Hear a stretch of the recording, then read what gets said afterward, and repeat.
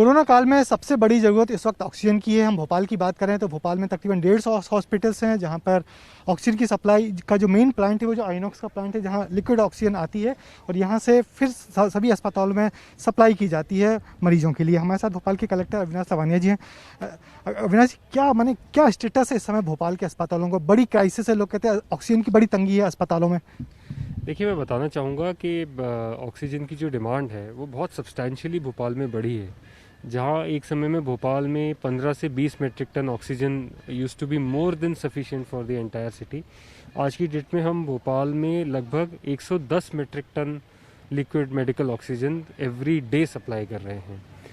And इसके लिए हम लोगों ने मल्टीपल वेंडर्स से भी टाई अप किया हुआ है। एंड ये सारी ऑक्सीजन जो है, जो यहाँ के सारे हॉस्पिटल्स जो हैं उनको फिर आगे प्रोवाइड की जाती है। ऑक्सीजन हमारे भोपाल में कहाँ से आप लोग अवेलेबल करवा रहे हैं? क्या आइनॉक्स? हमारे 3 मेजर सोर्सेज हैं लिक्विड मेडिकल ऑक्सीजन की। One is of course INOX, one is inert cryogenics and gases and one is win gas agency. तो इन तीनों एजेंसीज के माध्यम से हम ये पूरी लिक्विड ऑक्सीजन की रिक्वायरमेंट है उसकी पूर्ति करते हैं। जो डिमांड है और जो सप्लाई है, क्या वो बैलेंस है या कम ज़्यादा हो रहा है? सी डेफिनेटली बैलेंस्ड है। जितनी डिमांड हमारे पास है उतनी ही सप्लाई हम लोग एवरी डे सुनिश्चित कर रहे हैं, सो दैट कि किसी भी हॉस्पिटल में ऐसी स्थिति ना बने कि ऑक्सीजन की कमी पड़ जाए। बट देन ऑफ कोर्स जो डिस्ट्रीब्यूशन पॉइंट्स हैं वो भी लिमिटेड नंबर में हैं, तो इसलिए सभी के लिए आवश्यक है कि हम लोग अपनी ऑक्सीजन रिक्वायरमेंट का भी ऑडिट करते रहें एंड इंश्योर करें कि केवल जो रिक्वायर्ड मैंडेट है उतनी ही ऑक्सीजन यूज़ करें, उसका वेस्टेज या अननेसेसरी यूटिलाइजेशन बिल्कुल नहीं होना। क्या आप लोग कैसे डिसाइड करते हैं कि कल अगले दिन कितनी डिमांड होगी ऑक्सीजन की? उसको कैसे रिव्यू करते हैं? So we know our demand, तो हम लोग हर दिन ये रिव्यू करते हैं कि अगले दिन हमारे पास कितनी ऑक्सीजन आने वाली है, कहीं कोई क्राइसिस तो नहीं है, कहीं कोई मूवमेंट तो नहीं है जो हमारा अफेक्ट हो रहा है।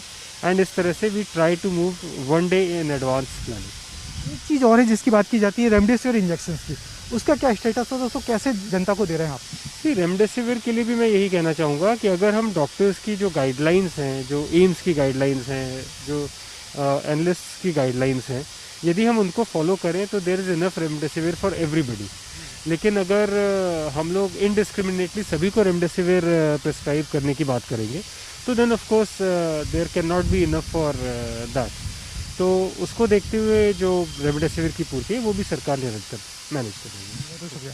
ये थे भोपाल कलेक्टर अविनाश लवानिया, जिनका कहना है कि भोपाल में ऑक्सीजन सप्लाई पर्याप्त है, रोज़ रिव्यू होता है, किसी को क्राइसिस नहीं होने दी जाएगी। कई जगह से ऑक्सीजन बुलाई जा रही है, आने वाले दिनों में ऑक्सीजन की सप्लाई बेहतर होती रहेगी, इसकी कभी किल्लत नहीं होगी। और यही बात इंजेक्शन को लेकर उन्होंने कहा है कि इंजेक्शन भी सप्लाई किए जाएंगे। आप देख सकते हैं आइनॉक्स का बड़ा प्लांट है, लिक्विड ऑक्सीजन आ रही है, इसको टैंकों में भरा जा रहा है और इसके बाद ये इनमें इसके बाद फिर सिलेंडर्स में जाएगा और सिलेंडर्स पे से सारा अस्पताल में चला जाएगा, जिसके बाद फिर अस्पताल में जो मरीज़ हैं उनको वो सब मिल जाएगा।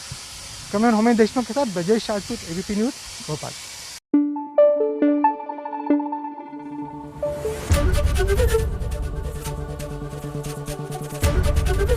एबीपी न्यूज़ आपको रखे आगे।